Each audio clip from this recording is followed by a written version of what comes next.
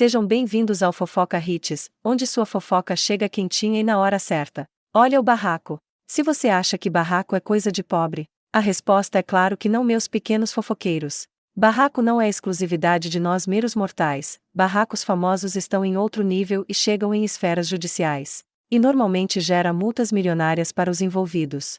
Vamos lembrar alguns barracos famosos pela proporção que tomaram na mídia. Vanessa Camargo versus Rafinha Bastos. Em 2011, o humorista Rafinha Bastos, que integrava o elenco do extinto CQC, na Band, fez uma piada duvidosa sobre Vanessa, que estava grávida. Comeria ela e o bebê, disse ele. A cantora ficou revoltada com o comentário do famoso, que acabou sendo afastado do programa na emissora paulista. A polêmica ficou mais séria ainda e rendeu processo na justiça. Sabrina Sato versus Preta Gil. A cantora ficou revoltada com uma brincadeira do programa Pânico, do qual Sabrina integrava o elenco. Em 2008, a hoje apresentadora da GNT foi à praia com a filha de Gil. O humorístico fez uma reconstituição em que a japa ia à praia com uma falsa preta, que encalhava e era puxada do mar por ninguém menos que Sabrina. A brincadeira não pegou nada bem e a cantora desabafou em entrevista. Ela é uma querida, mas foi fraca. Como mulher, artista e minha amiga, tinha a opção de não fazer, mas fez. Sabe aquele ditado: não perco a piada, mas perco o amigo?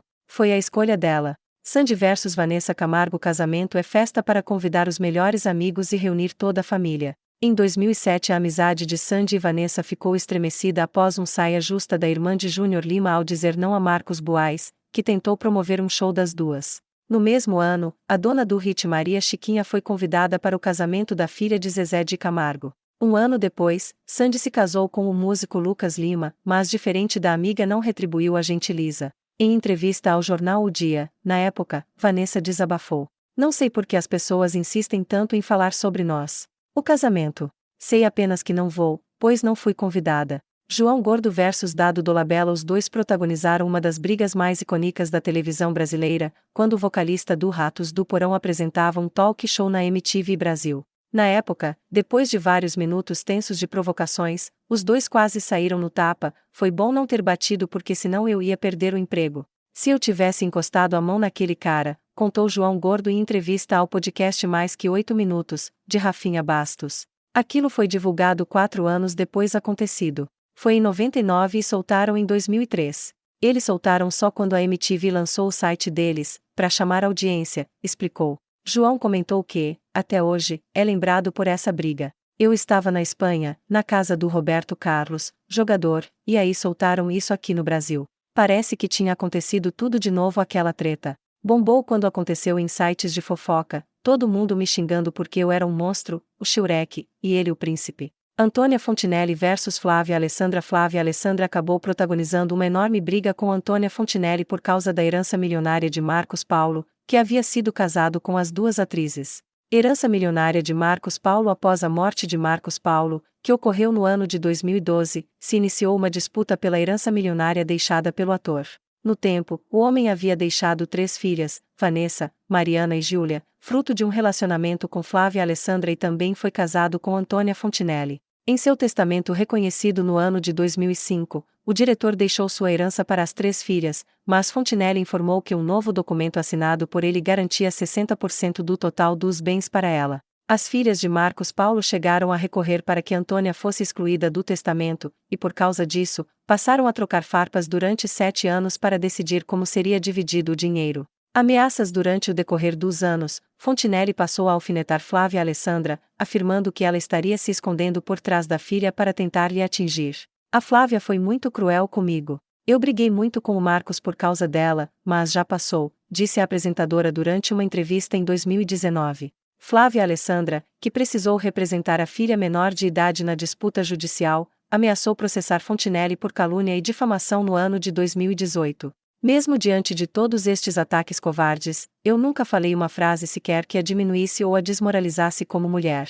Nunca. Se preciso, tomarei medidas legais para não ter que ouvir meu nome sendo usado para reverberar calúnias e difamações, avisou. Fim da disputa judicial. Após alguns anos nesta longa disputa judicial, Antônia conseguiu receber 25% da fortuna do ex-marido, avaliada em cerca de 30 milhões de reais. Até o ano de 2021, a apresentadora abriu a mão de parte da herança que receberia e para ficar somente com 12,5% da divisão de bens.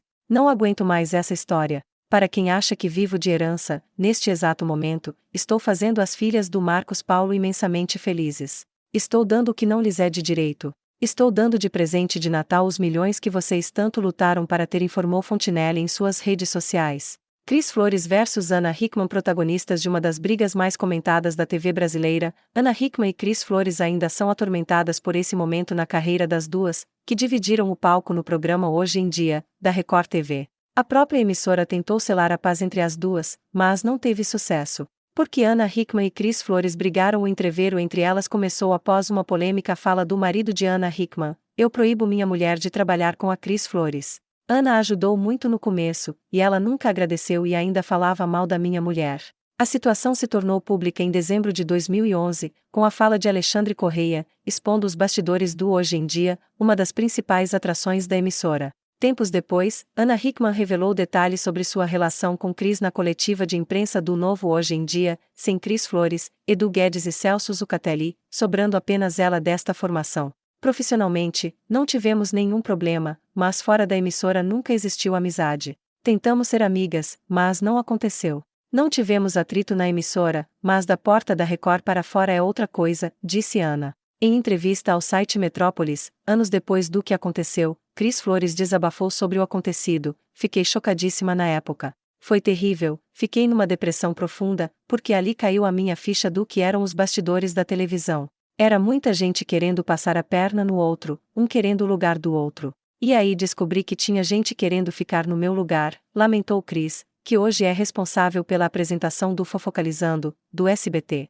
Mesmo depois de tanto tempo, a relação das duas não melhorou, tanto que seguem afastadas até hoje. E a treta mais recente fica com a briga bafônica das coleguinhas e irmãs Simone e Simária. Simone versus Simária. Simone e Simária estão no centro de uma polêmica que envolve a suposta separação da dupla. Os rumores começaram há pouco mais de um mês, quando um áudio vazado entregou o clima nada amigável entre as duas irmãs. Na ocasião, a dupla sertaneja participou do programa do Ratinho, porém discutiu no palco, em frente à plateia. A gravação do ocorrido, por sua vez, vazou na web e mostrou o climão entre Simone e Simária. Depois dessa briga, foi só ladeira abaixo. Simária deu uma entrevista bombástica para Léo Dias, escancarando o motivo da briga. Depois deixou de seguir a irmã mais outros famosos no Instagram e Simone não deixou barato, mudando seu nome do perfil do Instagram e deixando de seguir a irmã mais velha.